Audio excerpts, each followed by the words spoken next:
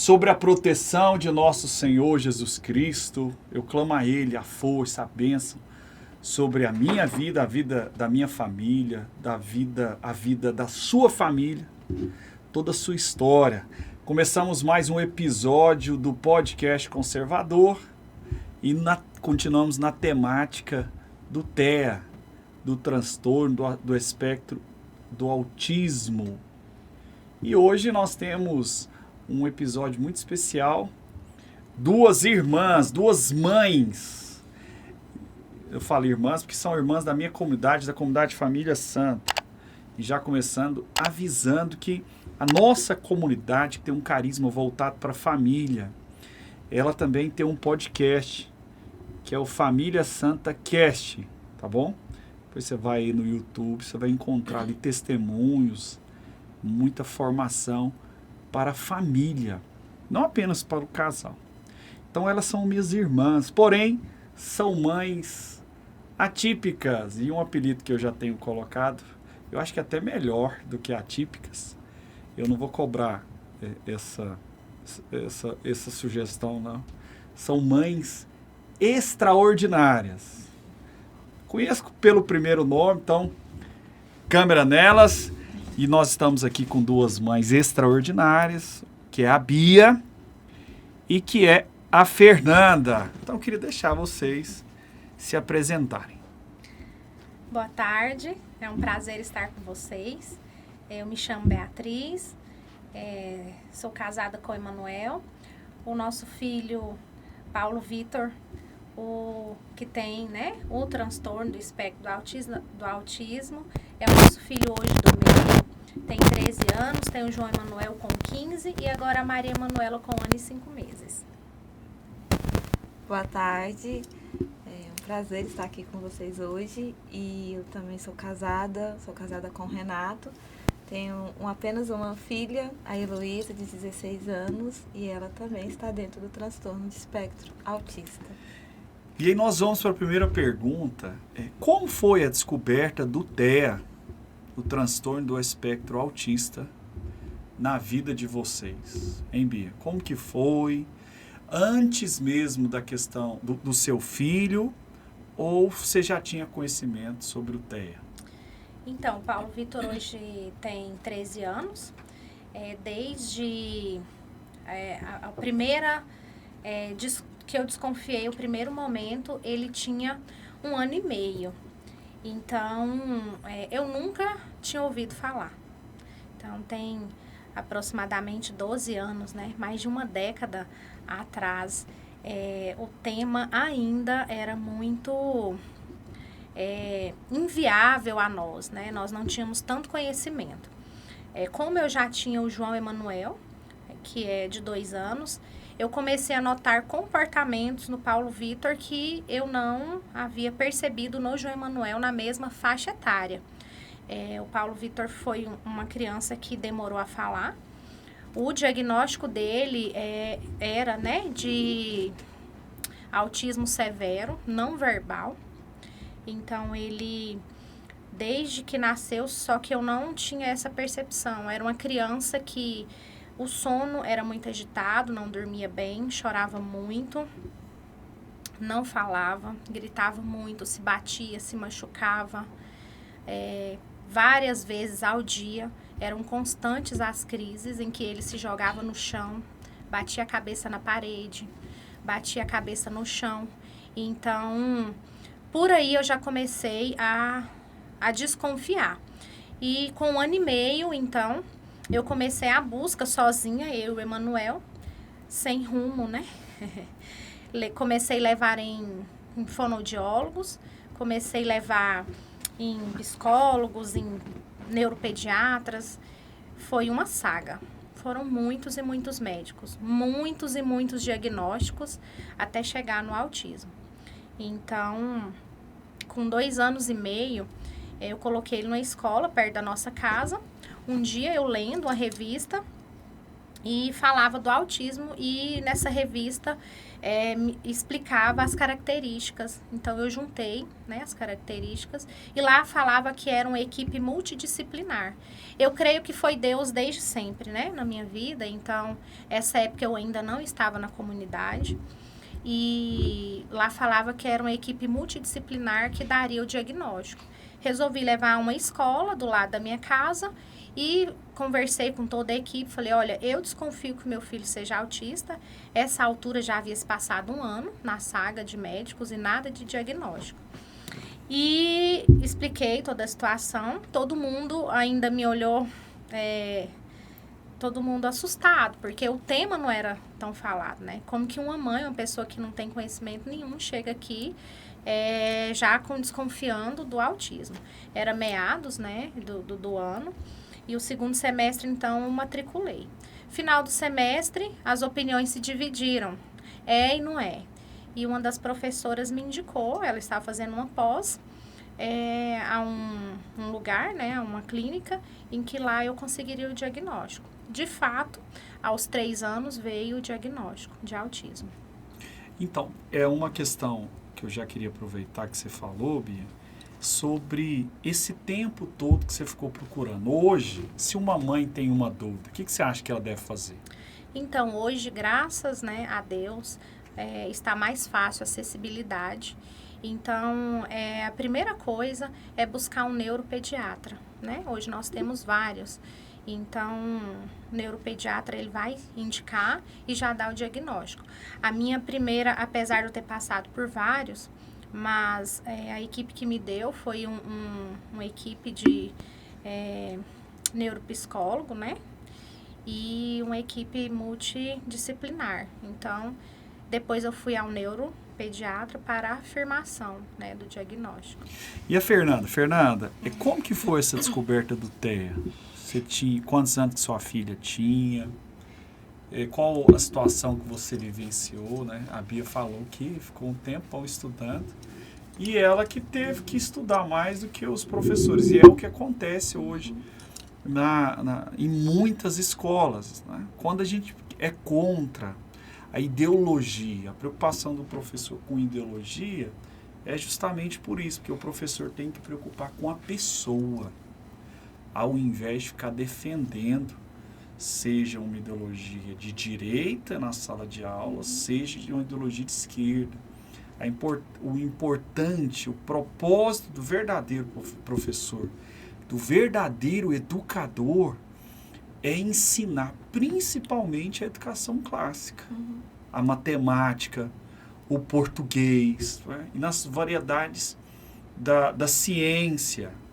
Sendo assim, com o debate ali no dia a dia, o professor vai notar por que o desempenho de nota não está bem, por que ele não consegue ficar quieto, se é o TEA, se é o TDAH, não é, Fernanda? Isso. Então, voltando, aproveitando que eu falei isso, né, um deixa que a Bia acabou propiciando. Como que foi a descoberta do TEA, então, Fernanda? Bom, eu, como a Bia também, nunca tinha ouvido falar. Eu não tinha conhecimento do autismo até o diagnóstico da Heloísa. Só que assim, a Heloísa foi bem no âmbito escolar mesmo que a gente descobriu o autismo dela. Com 3 anos, ela foi para a escola, né? Só que até então eu não tinha, assim, como é que eu posso dizer, desconfiado de alguma coisa que a Heloísa pudesse ser autista. Depois que a gente descobre o diagnóstico, a gente vai ter um conhecimento que eu fui percebendo que ela tinha realmente características autistas que eu não sabia. Só que quando a Heloísa foi para a escola com 3 anos, como ela era filha única, chegou na escola, com 1 semana de aula que ela estava lá, eles me chamaram, eu e o Renato. A psicóloga da escola queria falar com a gente, porque a Heloísa não interagia com as crianças da idade dela. Ela tinha muita dificuldade de socialização com as crianças. E aí, naquele momento, a escola não sugeriu que a minha filha pudesse ser autista. Como a Bia mesmo falou, pontuou, era algo que não se falava tanto, não tinha tanto conhecimento como a gente tem hoje. Então, eles falaram para mim que era uma questão comportamental, que ela tinha que ser trabalhada com uma psicóloga também ali, fora da escola, né? Tinha uma psicóloga da escola, mas com uma psicóloga por fora também ajudaria melhor, né, essa socialização dela. E assim a gente fez. Só que E a Heloísa, ela foi desenvolvendo, ela realmente ela melhorou nesse comportamento. Só que com 7 anos, ela, no início do ano, ela teve essa transição. Ela com 7 anos de idade teve a transição da letra cursiva, da letra bastão para a letra cursiva. E uma das características que ela trouxe foi a execução. Ela tem muita dificuldade na execução. E aí teve um problema, porque ela não conseguia fazer a letra cursiva. Então ela ia muito bem na escola, ela desenvolveu muito bem na escola, só que chegou nesse ponto, ela não conseguia desenvolver. Então foi um problema, e aí foi quando ela começou a regredir na socialização dela, ela ficava muito isolada na escola, a gente chegava para buscar ela, era uma coisa que sempre me machucou muito. Eu chegava na escola e eu procurava ela, mas eu sabia exatamente onde ela estava sempre no cantinho, sozinha, ela não brincava, não interagia com as crianças. E aí a psicóloga da escola falou para mim, olha, e a psicóloga dela também, que ela ainda estava fazendo acompanhamento psicológico, falou para mim, olha, você deve levar ela no neurologista. E assim, eu estava até pensando, né, eu falava assim, a gente foi tão obediente, porque hora nenhuma eu questionei ela, por que levar minha filha no neurologista?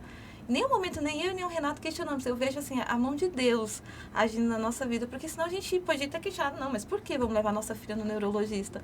Mas não, a gente levou no neurologista, e como foi, cabia também não. Primeiro teve o primeiro diagnóstico, no primeiro diagnóstico ela já falou pra mim, só que aí depois meu esposo, não, vamos levar em um outro profissional, a gente levou em um outro neurologista pra gente ter uma segunda opinião, e a gente teve 2 diagnósticos, e aí fomos no terceiro.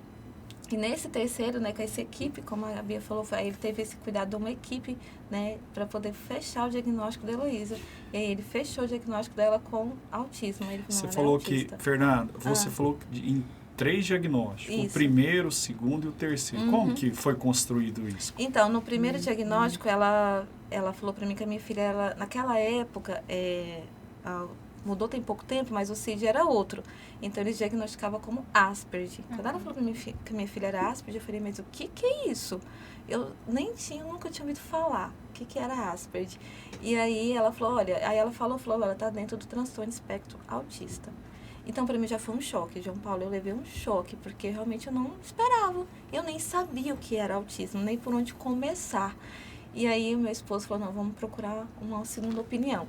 Na segunda opinião, na segunda avaliação, falaram que ela estava com déficit de atenção, TDAH, né? Transtorno de déficit de atenção com hiperatividade. E aí, a gente tinha 2 diagnósticos. Eles não tinham falado que era autismo. E a gente levou num terceiro. E nesse terceiro, ela fez alguns outros testes com uma equipe que ajudou ele também nesse diagnóstico. Aí ele falou, não, a sua filha tem autismo. Ela está dentro do transtorno de espectro autista e ela foi diagnosticada com autismo grau 1 de suporte, que eles chamam de leve, né? Também, eles falam leve, mas é grau 1 de suporte, que ela foi diagnosticada. E ela tinha, na época, ela estava com 7 anos. Tá bom. A Fernanda, Bia, falou algo que eu até anotei aqui.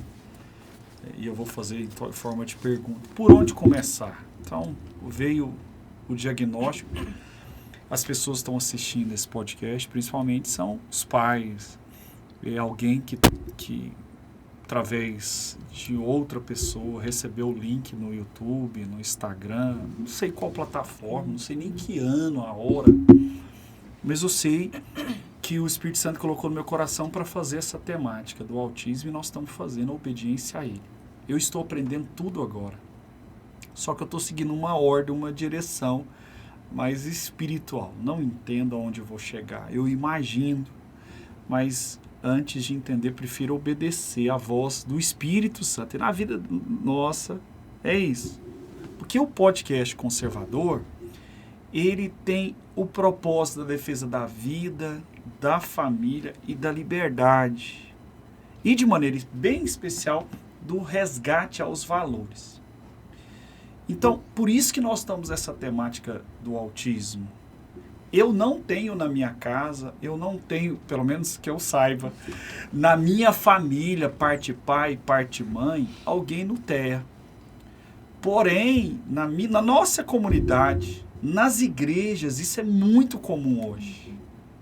Antigamente falava, é doente mental, tem um problema na cabeça. Gente, o que eu conheço de pessoas, eu vou falar de uma forma irônica, que tem muitos problemas na cabeça. que não entende nem a verdade, que não sabe quem é ladrão, quem é honesto, não sabe o que é o bem, o que é o mal, o que é virtude, o que é o vício. Não sabe, não tem noção. Então, nosso podcast é nesse intuito de resgate aos valores. Então, é algo que está real assim, no nosso dia a dia, verdade? Né? Cada vez mais você encontra, ele tá no TEA. Mas a pessoa descobriu agora, a mãe, e hoje é a temática da mãe, ela descobriu, Bia, por onde ela deve começar? Como ela deve começar? Como é que você começou? Descobri o diagnóstico, entendi, ou não entendi, mas depois do diagnóstico, o que você fez? E depois de você comentar, eu queria que a Fernanda já acrescentasse. Primeira coisa é a aceitação. A gente sofre demais com isso, né? Eu não sou de Goiânia, eu sou do interior de Guapó.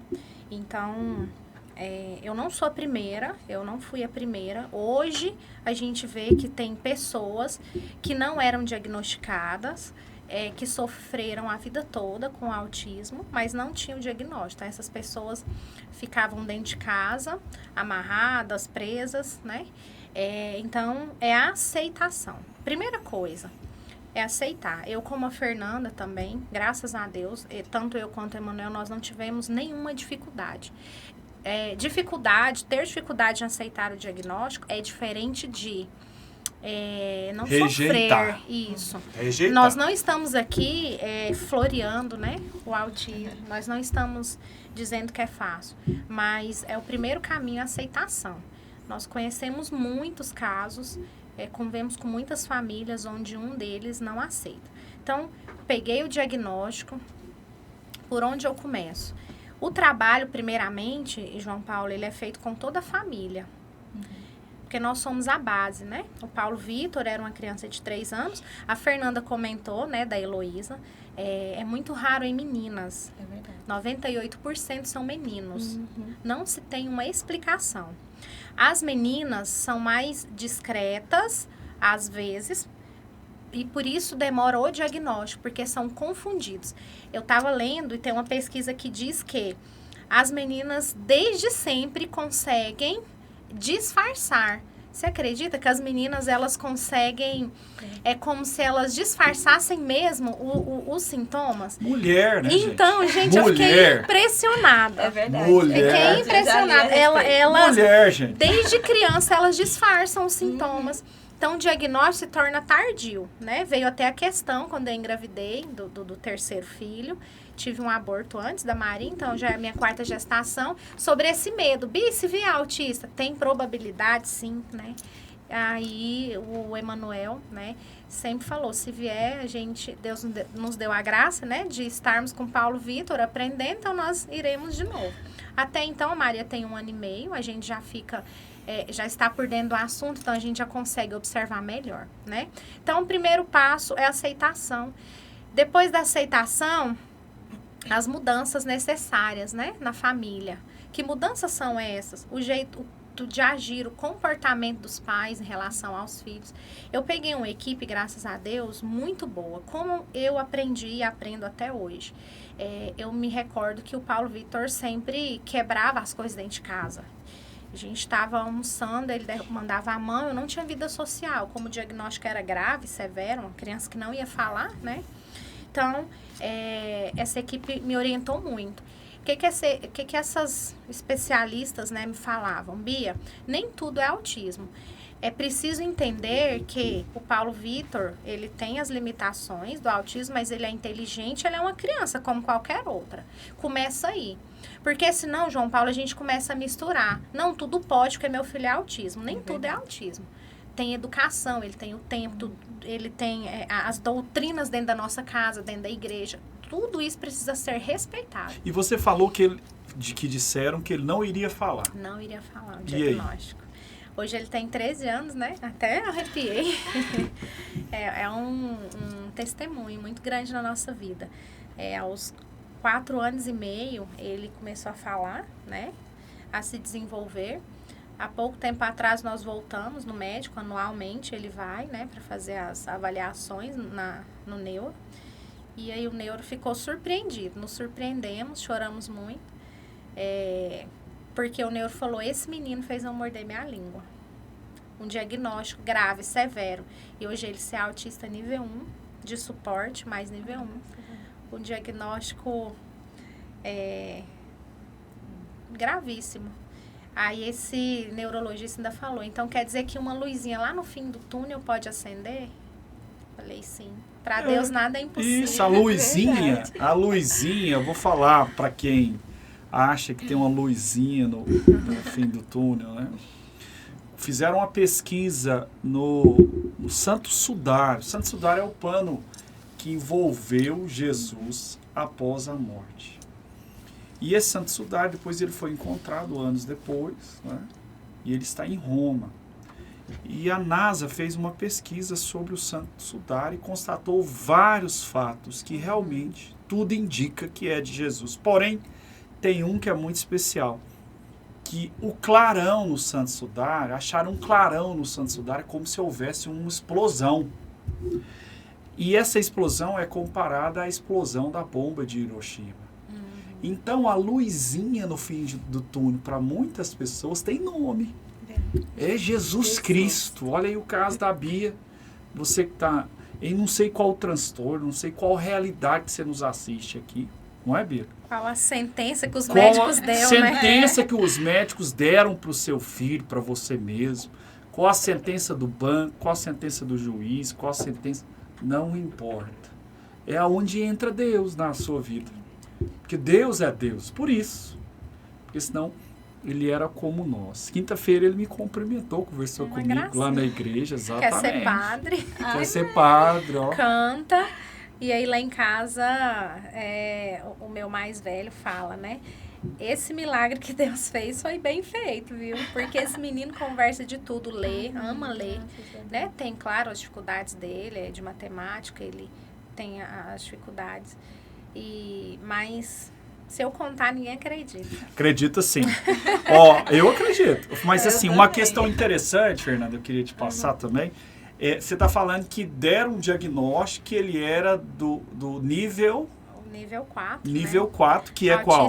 Autista grave severo, não que verbal. Não falaria e não teria um sim, entendimento da realidade. E hoje ele é o quê? Hoje, o nível do autismo é o nível 1 de autismo, e que a gente chama leve, que precisa de suporte, né? Qual suporte é esse? Mesmo com essas melhorias, ele ainda não consegue ter um raciocínio cognitivo lógico como o nosso. Algumas coisas ainda. O autismo, para a gente entender, né? A doutora passou por aqui, creio que ela já explicou, não sei. Mas o autismo, ele tem a dificuldade de entender coisas cotidianas do nosso dia a dia. Eu me lembro que quando o médico chegou nesse diagnóstico dele, que se surpreendeu, ele fez algumas perguntas muito, muito simples ao Paulo Vitor. Uma das perguntas foi: Paulo Vitor, quando chove, faz frio ou calor? E o Paulo Vitor disse frio. E quando chove, fica seco ou molhado? Molhado. Coisas simples, mas que para o autista, né, ele tem essa dificuldade de entendimento. E graças a Deus, é coroinha. E todo mundo parabeniza, gosta de sentar no primeiro banco da igreja. Teve uma cena, João Paulo, rapidinho, e eu me emociono muito. Toda vez que eu lembro, nós teve uma missa não sei se você lembra, não sei o nome do padre, uma missa na chácara da nossa comunidade, onde o padre passou com a Eucaristia, para cada um pegar. E aí o padre falou, pede o seu impossível para Deus. E aí ele com a mãozinha, ele foi o último da fila, eu fui acompanhar. Na hora que Jesus passou, ele falou assim, cura meu autismo. Ele tem a noção, ele tem a percepção, ele tem uma vontade imensa de ser curado. Ele tem uma vontade imensa de tudo que para ele era limitado. Então ele faz planos, ele estuda, ele é inteligente. E... assim, as pessoas precisam entender que Jesus cura qualquer enfermidade. o autismo não é uma doença. Ele é autista, né, Fernanda? Ele é doente. Não, é um transtorno. É uma condição. Agora, o que Jesus gosta de curar é o coração. É a consciência daquele que não sabe, mas ele é um filho de Deus. Né? E ele sendo curado o coração, ele vai buscar o seu propósito, que é o amor a Deus, o amor à família, e respeitando as pessoas, amando as pessoas. Por isso, minha irmã, que você, e como também a Fernanda, e a Fernanda vai falar agora, não tiveram muita dificuldade de começar. Igual você falou, tem que aceitar. Por quê? Porque o propósito de você está acima disso tudo. Eu costumo dizer o seguinte, a pessoa fala assim, eu até disse em outro lugar, me permita repetir aqui. E aí, tá grávida? Quando vem? Mas vim com saúde. Não interessa se vem com saúde. Se não vier com saúde, a gente trata, a gente luta até o final. Mas, Fernanda, e o começar? Você descobriu, não é, o TEA na sua vida, e aí teve 3 diagnósticos. Eu acho que vocês foram muito prudentes. Inclusive, a pessoa tiver dúvida, tem que procurar mesmo, né? E aí, você teve que começar. Como é que foi esse começo? É verdade. Você falou da prudência, é verdade. Porque, assim, a gente, como é algo que a gente não tinha muito conhecimento, né? A gente foi procurando outras, como eu vou dizer assim, outras respostas, né? Para as nossas próprias dúvidas. E a gente queria realmente ter certeza do diagnóstico. Porque, realmente, quando a gente se viu no meio de 2 diagnósticos, a gente falou, não, peraí, precisamos de um terceiro. E aí, inclusive, é o neurologista dela até hoje, esse que deu o terceiro diagnóstico dela. E ele falou, olha, Fernanda, o que a gente tem que trabalhar? Agora a gente precisa das intervenções, que eles chamam, né? Que é o tratamento, como, assim, o que a Heloísa precisa. Então, como ela foi avaliada por uma equipe, ele falou, olha, a Heloísa ela vai precisar do acompanhamento psicológico ainda. E no caso dela, como a Heloísa, diferentemente do filho da Bia, ela era verbal, então ela falava. Então, ela não precisou de fonoaudiólogo, ela não precisou. Então, o caso dela foi mais um psicopedagoga. Então, ela ficou com a psicóloga e com a psicopedagoga. Então, essas foram as intervenções que a gente teve que fazer, né? E como a própria Bia falou, a mudança, né, da família. É muito importante a família. É uma coisa que eles colocam muito. Sempre que a gente falava, que a gente ia, né, nos consultórios conversar com a psicopedagoga, com a psicóloga, com o próprio neurologista, ele falava o quanto era importante a família no processo do desenvolvimento do autismo. Para que tem as intervenções? É para dar qualidade de vida para o autista. Então, a gente aprende muito, né? Eu sempre falo, na época que eu estudava, e eu falei, não, por enquanto eu quero me dedicar à Heloísa, para eu poder entender o que é o autismo, conhecer o que é o autismo, entender o que era esses comportamentos repetitivos, restritivos que eles têm, para eu poder conhecer minha filha, para eu poder ajudar ela. E aí, desse processo, foi assim, igual a Bia falou, a aceitação é muito importante, João Paulo. E na época que a Heloísa foi diagnosticada, eu também não estava na comunidade, mas foi assim, no mesmo ano que a Heloísa recebeu o diagnóstico, nós entramos para a comunidade. E foi assim, realmente onde a gente vê o agir de Deus na nossa vida, né? Foi maravilhoso, né? Conhecer Deus, a forma como a gente conheceu ali na comunidade Família Santa. E a Bia falou uma coisa tão interessante, que a Heloísa, ela já está com 16 anos. E no início foi toda assim, uma mudança radical na nossa vida, porque a Heloísa fazia acompanhamento 3 vezes na semana. E aí você precisa se adaptar a essa nova rotina. Eles gostam de rotina, só que igual a Bia também falou, a gente tem que ter muito cuidado. Porque na condição de mãe, porque a gente fala é um autismo, mas ela é autista, mas ela também consegue compreender, ela tem que ter limite, ela tem que ter educação, ela tem que ter respeito. Então tudo isso a gente tem que trazer para os nossos filhos, são valores, princípios que a gente também tem que ensinar para eles. E aí, ali na comunidade, a Heloísa, ela apaixonou pela comunidade desde a primeira vez que a gente foi lá, e a gente ficou na comunidade, conheceu ali a nossa fé, né? Vivemos uma fé católica para honra e glória de Deus, graças a Deus, e foi onde foi também a nossa base, onde a gente teve ajuda que a gente precisava ali, a gente teve esse contato com Deus, né? Onde a gente encontrou, né, ajuda mesmo, porque não é fácil, né? Igual a Bia falou, a gente não está aqui romantizando, porque não é fácil mesmo, é difícil, né? Você pegar um diagnóstico, mas assim, o primeiro passo é você aceitar e amar, independente do que se é transtorno de espectro autista, se não, é amar seu filho. A minha menina, esses dias, ela me fez uma pergunta E ela falou para mim assim, mãe, se você pudesse mudar algo em mim, o que você mudaria? Eu falei para ela, nada. Eu falei, eu te amo do jeito que você é, da forma como você é. E a gente, como ela já está um pouco mais velha, ela já está com 16 anos e já teve altos e baixos no autismo na nossa vida ali com a Heloísa, porque quando ela foi diagnosticada com 7 anos, eles falaram pra gente, olha, não precisa falar pra Heloísa o que é o autismo, porque ela não vai ainda entender, então vamos deixar que com o tempo ela vai compreender. E ela foi compreendendo com o tempo mesmo que ela tinha algo de diferente. E aí um dia ela chegou no consultório e falou pra ele, olha, eu quero saber o que eu tenho. Porque eu já pesquisei e eu tenho algumas coisas. Ele falou, olha, você tá dentro do transtorno espectro autista.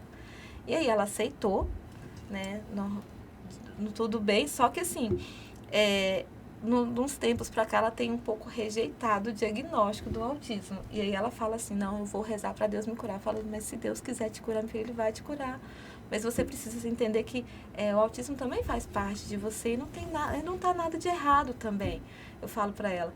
Mas agora, a gente, como eu falei, altos e baixos, agora ela já tá voltou à aceitação, ela tá mais tranquila com relação ao diagnóstico dela. Mas já tivemos esses probleminhas também. E aí eu vou te falar, Fernanda, se tivesse uma realidade dessa da família, depois do testemunho aqui da Bia, do Paulo Vitor, pedir a cura, eu entendo qual seria essa cura. Retroceder os níveis. Estou no 4, Senhor Jesus, cura pro 3º. Eu oraria dessa forma. Não é verdade? É verdade. Cura pro 2º, cura pro 1º. Todo mundo vai no Google lá ver, tem promotores, e esses dias eu vi, essa semana eu vi lá um juiz atendendo com aquele, vocês viram isso? Com aquele cordão. Com cordão de identificação. De identificação do TE. É juiz, não é? Mas quando você fala, Fernanda, sobre a importância da igreja, também até hoje, eu queria que você comentasse isso, porque muitas pessoas não têm para onde ir. Você sabe por quê? Deus dá uma família para nós, a natureza dá uma e Deus dá outra. Vocês sabiam disso? É verdade. A natureza dá de sangue, né? Que também está tudo dentro da cosmovisão da nossa fé, que Deus criou tudo. Porém, ele, no lado extraordinário, o lado espiritual, ele dá familiares que, inclusive, muitos chocam quando eu falo isso, que a gente sofreria pela perda muito mais do que aquele parente de sangue que mora em outra cidade que a gente não tem distância. Eu deveria ter mais consideração por esse. Aí eu não vou entrar nesse debate. Mas a igreja hoje, assim, acolhe, você se sente acolhida como mãe atípica, como mãe extraordinária? Me sinto sim. Assim, é fundamental. Onde a gente busca, assim, Deus, ele é fundamental na nossa vida, João Paulo. E foi ali mesmo que eu busquei, onde eu me senti realmente apoio, né? Foi no colo de Nossa Senhora, porque no primeiro momento que a gente descobre um diagnóstico, igual o da Bia, que foi já há 12 anos, né, Bia, você falou? Isso, da Heloísa tem 8 anos. Naquela época a gente não tinha esse conhecimento que a gente tem do autismo, não se fala como se fala hoje. Hoje as pessoas, ainda assim, precisamos falar do autismo, precisamos, né, ter mais consciência, mas assim, já é mais falado, as pessoas já têm mais consciência sobre o autismo. Mas assim, você ter uma base, uma fé, isso te ajuda demais. É onde você saber que você tem Deus. Que tudo passa, as dificuldades vêm, mas elas vão passar. E a forma como você escolhe passar com Deus, é melhor saber que Ele está com você, que Ele vai te amparar, que Ele vai te dar força. E ali na comunidade Família Santa, eu me sinto muito amada.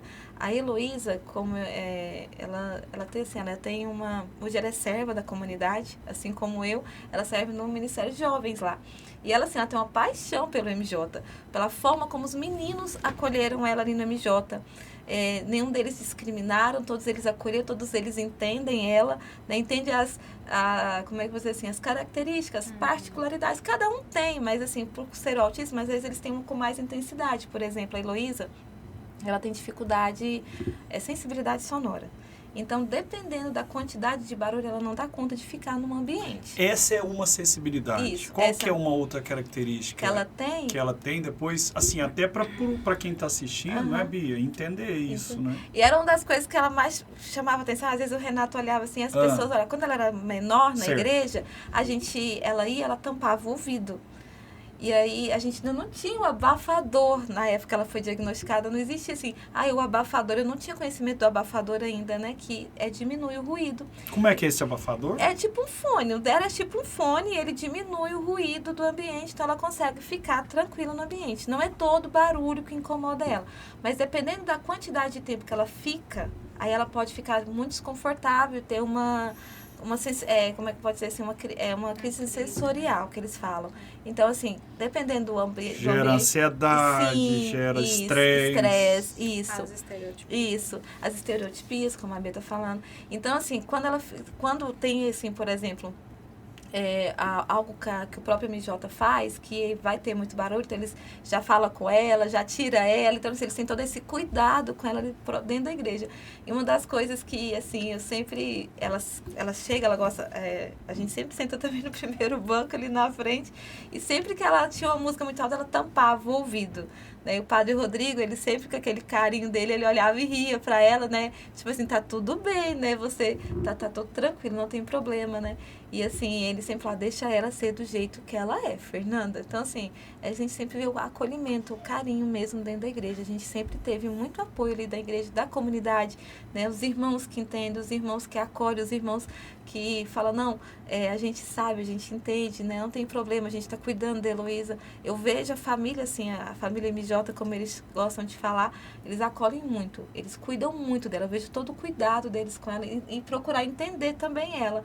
Né, igual essa questão da sensibilidade sonora, né, eles tiveram um evento e ela ficou nesse evento, ela conseguiu ficar nesse evento e eles acharam o máximo, ela conseguir ficar todos os dias no evento. Você está querendo dizer que antes... Não, ela não ficava, tem muita dificuldade, João Paulo. Por exemplo, assim, um exemplo que eu vou te dar, no primeiro ano passado, olha só para você ver a diferença, no ano passado a gente teve o retiro de carnaval do MJ, ela arrumou, né? Tivemos muita dificuldade para ela, né? Mas aí a gente conversou, não, eu vou. Ela foi, ela voltou no mesmo dia. Ela não ficou. No ano de 2023, né? Nós estamos em 2024. Esse ano, eu falei para ela, você vai?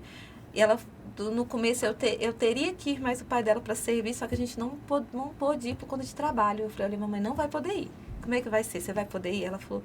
Aí ela ficou lá em casa e ela ficou achando ruim de não poder ir. Ela falou, mamãe, eu vou. Eu falei, mas você vai dormir em barraca? Ela falou assim, vou. E eu liguei pro pessoal do MJ, e aí eles falaram, os coordenadores falaram, não, qualquer coisa ela dorme aqui com a gente, não é barraca. Ela falou, não, eu quero dormir na barraca. Ela falou desse jeito pra mim. Eu falei, Renato, será que vamos conseguir que a Heloísa durma na barraca? E ela foi pro retiro de carnaval, ela foi na sexta-feira, no sábado, começou no sábado, ela chegou no sábado, ela ficou sábado, domingo, segunda e terça-feira ela vai embora. Assim, pra mim, assim, como mãe, saber que o ano passado ela não conseguiu, esse ano ela conseguiu. Ficou 3 dias. 3 dias. E eu quero dizer o seguinte, retiro de jovem da igreja grita mais que trio elétrico. Sim, ela ainda falou, mãe, quando tinha os barulhos muito altos, eu me retirava e todo mundo entendia, todo mundo respeitava. Então, isso ela sente, assim, amada e acolhida por eles. Ela sente confiança ali, porque eles vão entender por que ela não está participando daquele momento. Então, se eles não impõem para ela isso, não, tudo bem, Heloísa pode ficar aqui. Então, isso é o cuidado, é o carinho da comunidade com ela. Lembrando, Bia, que nós somos de uma comunidade, está aqui, @Família Santa, o nosso Instagram, né, que temos o propósito de promover o amor de Deus e pastorear as famílias. Acho que é isso que está escrito lá no Instagram. Então, por isso que nós estamos falando a nossa realidade aqui. Mas, Bia, você como mãe, seu menino também serve a Deus, né? O interessante é que nós temos 2 mães aqui atípicas, e a família toda serve a Deus. Os filhos autistas e servem a Deus. O que uma liderança religiosa, um padre, um pastor, um líder ali comunitário, que coordena uma ONG, precisa entender dessa família, que é uma família atípica, é uma família extraordinária. Isso é eu que estou falando, família extraordinária, por causa do TEA, do transtorno do espectro do autismo. quando nós iniciamos na comunidade, uma das coisas que nos levou, né, inclusive para a comunidade, foi a descoberta do autismo. Um pouco mais tarde, né, ele com quase 4 anos, e aí nós fomos.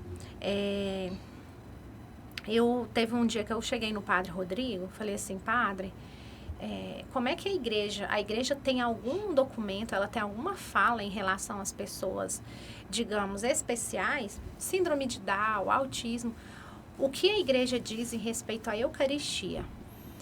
Eu perguntei para ele, por quê? O Paulo Vitor irá fazer a catequese e qual que é o meu questionamento, padre? Eles não entendem sentido figurado. Gente, entendam que eu não estou dizendo que a Eucaristia é um sentido figurado.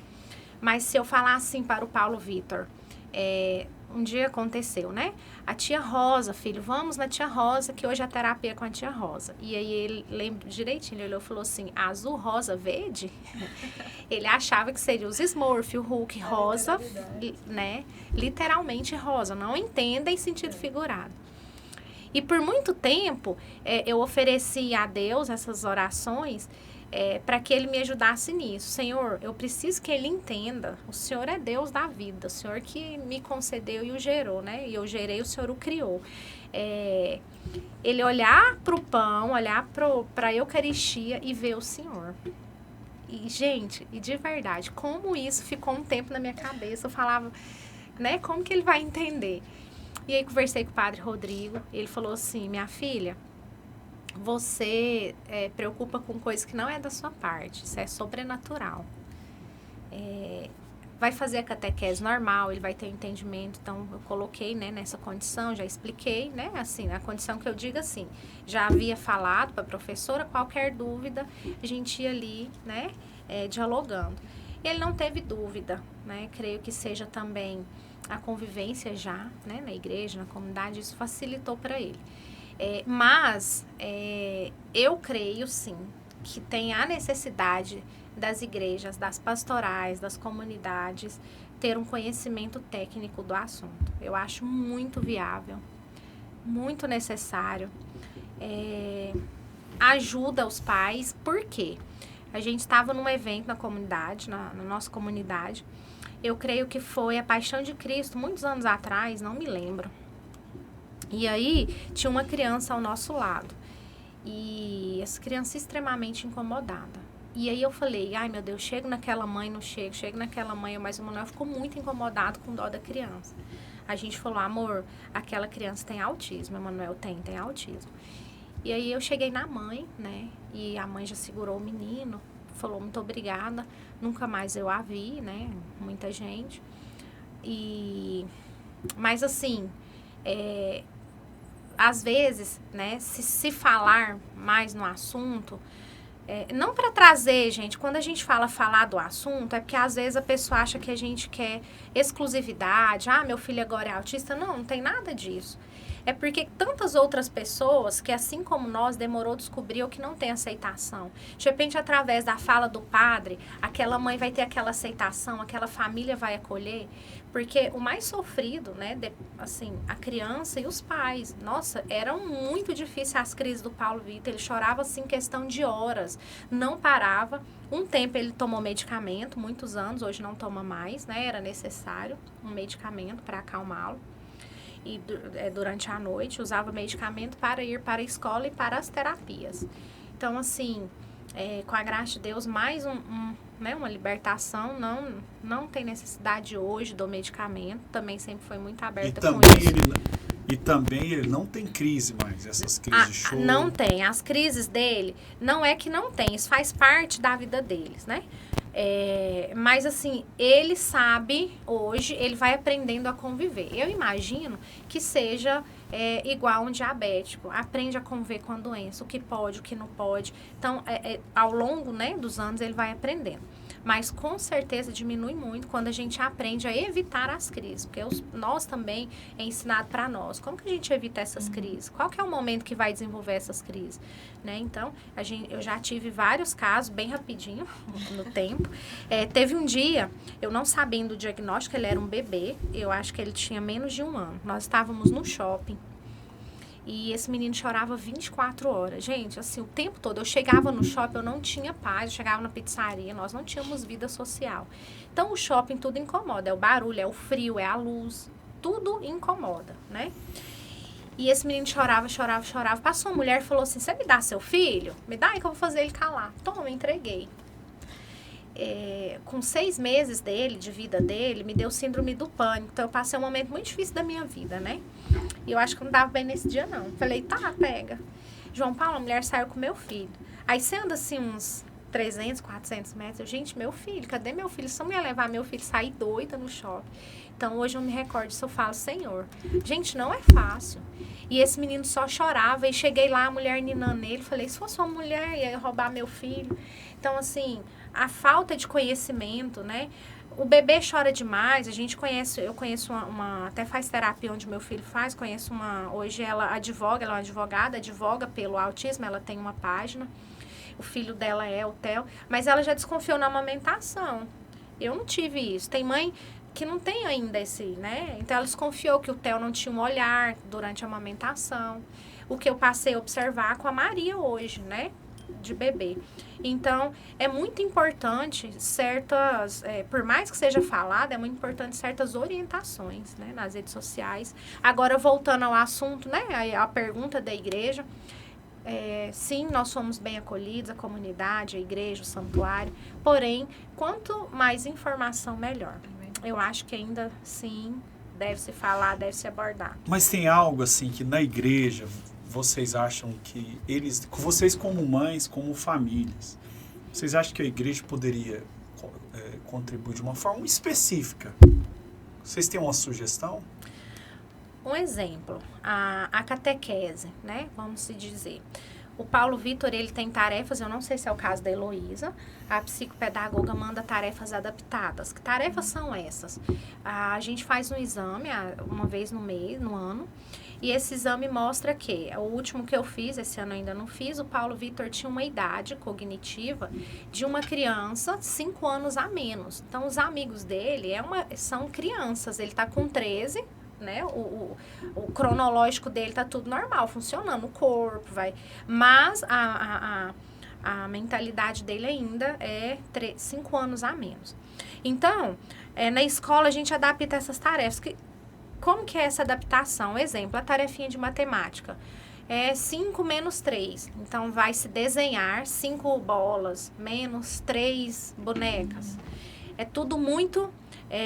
o autista, ele não entende nada abstrato. É tudo muito concreto. Uhum. Então, às vezes, essa dificuldade, de repente, seria na catequese, né? O pai e a mãe. Meu filho é autista. Então, como evangelizar de forma direta e concreta? O abstrato não entende. Então, 5 o quê? Como? Então, é preciso, né? Uma das coisas seria isso. Durante a missa, eu creio que como a missa é um rito, não tem como se mudar, não é necessário, é preciso que a graça de Deus venha ao encontro, eles entendam, né? Isso, eu sempre fiz essa questão desse ensinamento. Mas eu acho que começaria por aí. A catequese seria importante, né, Fernanda? Seria importante. Assim, a Heloísa, ela já passou, né? Ela já fez a catequese, a primeira Eucaristia e a Crisma. Uhum. E, então, assim, nós não tivemos, assim, o Abia falou, não tivemos muita dificuldade com ela na catequese, não. E nem na Crisma. Mas eu acho que o que a Bia falou é muito importante na questão do evangelizar, porque eles são concretos. Então, precisa ter esse cuidado, talvez essa linguagem. E, assim, quanto mais informação, melhor. Talvez, sim, os profissionais, né, vamos dizer assim, os catequistas que estão ali, né, se abrirem para essa realidade também, porque, né, nós temos catequizandos ali que são autistas. E talvez precisa eles conhecerem essa particularidade deles para poder evangelizar de forma mais que alcance eles também. Então, eu acho assim que é realmente muito importante. E assim, quanto mais informação, melhor, João Paulo. Por mais que a gente escuta falar do autismo, ainda precisa muito ser falado, né? O padre Rômulo fala muito isso para mim, Fernanda, precisamos falar sobre o autismo. Porque as pessoas precisam conhecer, as pessoas precisam entender o que é autismo. Até para ter o respeito, até para as pessoas poderem entender, porque o Paulo Vitor mesmo, nem tudo é uma birra. Às vezes era simplesmente uma crise sensorial. né? Um shopping, eles têm dificuldade com a sonora, por exemplo, né? Visual também, as luzes também incomodam. O frio, Então, né? o frio também incomoda. Então, às vezes, ela é uma crise sensorial que as pessoas olham e acham que é uma birra. Não, não é uma birra. E uma mãe sabe separar a birra da crise sensorial. A mãe atípica, ela sabe. Ela sabe quando seu filho está com uma birra, e ela sabe quando ele está com uma crise sensorial. E uma coisa assim que eu vou também pontuar, além da catequese, como a Bia bem colocou, e como eles já estão na fase da adolescência, o conhecimento também para os adolescentes, né? Para a vida adulta. Não só. As pessoas, elas têm essa... como é que eu posso explicar? Tem muita gente que acha que o autismo é predominante de criança. E não, a criança hoje é o adolescente autista amanhã, o adolescente autista hoje é o adulto autista amanhã. Pra você ter uma ideia, João Paulo, a Heloísa, ela não tem mais a psicopedagoga, ela não precisa mais. Só que ela está na fase da adolescência, eu tenho dificuldade em encontrar psicóloga que cuida de adolescente e que seja especializada em autista, porque a psicóloga, ela precisa continuar. Não acha. Você acha inúmeros profissionais para criança. Até 13 anos. A gente está com a irmã da comunidade que está com essa dificuldade. Sim, não descobriu o autismo agora, o filho já tem 20 e poucos anos, 23. Não achamos, tentei ajudá-la também. E não achamos. Para adulto, especialista em autismo. Na verdade, é tudo muito novo ainda, né? Por mais tempo que tenha, de 10 anos para cá, 12 anos, que foi o meu caso, ainda assim, são novos estudos, então, às vezes, não teve essa adaptação. Tempo dessa adaptação. Tivemos um salto muito grande. Se a gente pegar 8 anos, no meu caso, 8 anos, da Bia 12, a gente já teve um salto muito grande. Muito grande, assim, em termos de conhecimento, em termos de agilidade em diagnóstico. Ainda é difícil, um dos meus sonhos, né? É o Instituto Paulo Vitor, devido ainda à dificuldade, à acessibilidade às terapias. É muito difícil.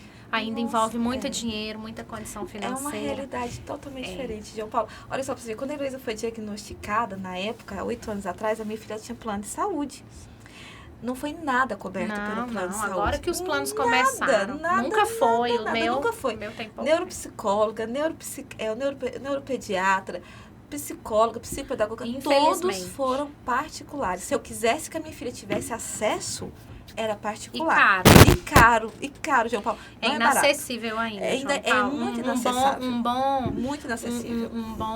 A palavra não é tratamento, mas um bom cuidado da equipe ainda exige financeiramente muitos recursos. Ainda é caro. E uma realidade que a gente sabe que não alcança a todos. Não, ainda é Tem caro. pessoas que não têm acesso a um diagnóstico, não têm acesso a um tratamento. Vamos falar de tratamento, mas a palavra certa é intervenção que eles falam, né? Porque não é uma doença, como você falou, é uma condição, mas é muito difícil para muitas... A realidade é muito difícil para muitas mães. Muitas mães sofrem porque não tem a rede de apoio. E assim, agora tem um benefício, né? Só que esses dias alguém me falou, para conseguir esse benefício, você tem que declarar uma extrema pobreza para poder você ter direito a esse benefício, que é um direito do autista. E não é fácil. Então, assim, se a gente não tivesse tido Deus não tivesse dado a graça, talvez a Heloísa não tivesse acesso ao diagnóstico. Hoje ela não teria desenvolvido como ela desenvolveu e ela está caminhando tranquilamente, graças a Deus. É muito importante. A gente, em nenhum momento aqui nós abandonamos a fé, creio que nós não vamos abandonar, mas que as intervenções, na hora certa, no momento, a equipe boa, ela tem sim o papel dela. Fundamental. A gente sempre fala, é para qualidade de vida. Porque ali as intervenções, por que eles falam precisa da família? Por que é tão importante? Porque as intervenções não acontecem só com Paulo Vitor, com a Heloísa. Era necessário a Fernanda e o Renato sentar junto, a Bia e o Manuel sentar. Então, assim, muitas vezes as intervenções aconteciam só com nós, com os pais. Sim. Olha, é assim que vocês têm que fazer. E assim, aí abrindo para nós. Olha, por que acontece isso com a Heloísa? Para evitar uma crise, assim, como eu falei para você, eu não conhecia sobre o abafador. Olha, você vai ter que usar o abafador agora na Heloísa, Fernanda. E assim, ela usa, não é todo momento que ela usa, mas às vezes ela tá com fone, aí ela tá com abafador. muitas pessoas acham, né, que é um fone de ouvido. Esses dias pra trás ela tinha passado por muito estresse, barulho, então ela teve que ir pra Santa Missa com abafador, porque ela não tava dando conta do barulho. E aí eu falei pra ela, então usa seu cordão para as pessoas não ficarem olhando pra você. Que ela falou, mas as pessoas acham que eu tô na Santa Missa ouvindo música, então eu vou pra fila da comunhão, porque as pessoas não têm conhecimento. Não é culpa das pessoas, é falta de conhecimento também. Talvez, igual alguém falou, falta de falar, falta das pessoas conhecerem essa questão do autismo. Enquanto a Fernanda falava aí, acho que o nosso tempo já deu, eu sempre fui muito tranquila. Eu acho que eu sou uma mãe até... eu tenho uma amiga que ela fala assim, eu chego no parque e já vou avisando, minha filha é autista. Gente, vocês acreditam que eu nunca preocupei? A carteirinha, né, tem várias prioridades, né, o autista, o cordão. Sim, talvez eu até usaria, mas eu ainda não... Assim, eu acho tão tranquilo eu passar pra ele, eu acho que é porque ainda tá sobre meu olhar, né, João Paulo, que é mãe, eu passar isso pra ele, porque quanto mais ele conseguir se adaptar, né, ao mundo, melhor. É o que eu falo, ele não vai ter, né, a gente sempre do lado dele. Então, as terapias são para isso, para trazê-los, né, porque eles têm uma condição de pensamento diferente da nossa, então é para trazê-los mesmo, para conviver em sociedade. Isso é muito importante. A Heloísa, ela fala pra mim, ela conhece. Como ela tem muito acesso na internet, ela conhece realmente, ela conhece todas as características dela, ela sabe até onde ela pode ir, quanto ela não pode, o que incomoda, o que não incomoda ela. Que também é particular, porque é um indivíduo, não é um padrão. Não toda é um padrão, autista, toda autista é assim. Não, as pessoas têm isso tem também. O temperamento, tem tudo, né? Tem tudo isso, né? O temperamento mesmo. O temperamento da Luísa é colérica, pensa. Mas assim, a gente precisa entender que cada autista é individual. Né? Todo ser humano é. E o autista também não é diferente, né? Cada um tem suas particularidades, igual o Paulo Vitor, ele é não verbal, a Heloísa é verbal, então assim, já começa por aí, né? Tem cada um com as suas características. Eu não sei se ele tem sensibilidade sonora, tem, Bia? Tem. Ele tem. O meu sobrinho, por exemplo, a Heloísa foi a primeira na minha família diagnosticada com autismo. Com, assim, diagnóstico, né? A gente pode ser que tem outros. Aí veio já veio outro caso, já teve outro diagnóstico. E ele é não verbal. Né? E ele não tem sensibilidade sonora. Você pode... ele não tá nem aí pra barulho. Então, assim, cada um com as suas características, suas particularidades. A Heloísa, ela sempre fala isso, mãe, eu vejo, ela fala pra mim, eu vejo que precisa ter os direitos do autista, as pessoas precisam conhecer, mas eu acho que eu não preciso deles, eu consigo ficar numa fila. Eu acho que tem crianças que têm mais, ela fala pra mim, mais dificuldades que eu. Né? Eu consigo, ansiedade. mãe. Mas, igual eu falei, mas você faz intervenção desde os 3 anos, minha filha. Então, desde os 3 anos que tem sido trabalhados com você. Então, assim, é por isso o quanto é importante a intervenção. Aí, desde os 3 anos, hoje ela consegue, né? É pra ter qualidade de vida do autista, pra ele poder ter uma vida, conseguir, né, ter uma vida tranquila, normal. E assim, por isso que a gente fala tanto que é importante mesmo o conhecimento, né? E essa rede de apoio mesmo, para os pais, para as mães e principalmente para o autista. Eu quero agradecer mesmo. Eu poderia até fazer uma pergunta assim, o que você gostaria de falar para a mãe? Vocês já disseram. O que você gostaria de falar para um pai? Vocês já disseram. Viu, Bia? Eu quero te agradecer direto de Guapoci. Muito obrigada. Tá? Pela sua presença. Você que é mãe extraordinária, junto com o Emanuel. Por providência de Deus, nós estamos aqui. E agradecer também a Fernanda, junto com o Renato, os pais da Heloísa. E assim, dava vontade de ficar mais 1 hora para vocês falarem, sabe? Pela realidade. Eu louvo a Deus pela vida de vocês. Vocês são mães extraordinárias. Quando falar, sua mãe é atípica, não esquece, só o João Paulo falou para mim. Porque vocês são fora do padrão, vocês são fora do comum, tá?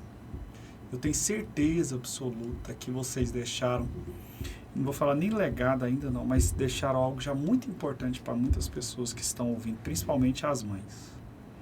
E aí, de repente, criar 12 informações para a igreja. Quando você for ver algum jovem com o abafador, não é? Isso. Quando você vê uma criança. Mas, enfim, agradeço vocês e também você que ficou até no final desse podcast conservador. Eu não sei qual que é esse episódio, porque nós estamos gravando para depois lançá-lo. Muito obrigado, que Deus abençoe. Você viu aqui durante os episódios os patrocinadores, durante essa série que nós estamos fazendo com o TEA. Né? Então, valorize-os. Ao menos, se não puder comprar, fazendo uma oração por eles. Um abraço e que Deus te abençoe.